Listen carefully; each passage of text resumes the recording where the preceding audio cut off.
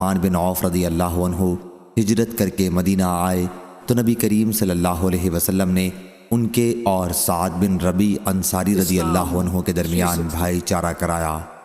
سعد انصاری رضی اللہ عنہ کے نکاح میں 2 بیویاں تھیں۔ انہوں نے عبد الرحمن رضی اللہ عنہ سے کہا کہ وہ ان کے اہل بیوی اور مال میں سے آدھا لے لیں۔ اس پر عبد الرحمن رضی اللہ عنہ نے کہا کہ اللہ تعالیٰ آپ کے اہل اور آپ کے مال میں برکت دے، مجھے تو بازار کا راستہ بتا دو۔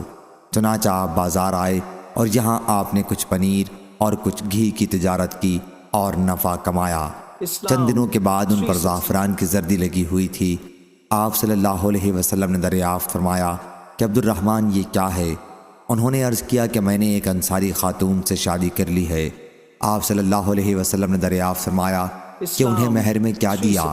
عرض کیا کہ 1 گٹھلی برابر سونا دیا ہے۔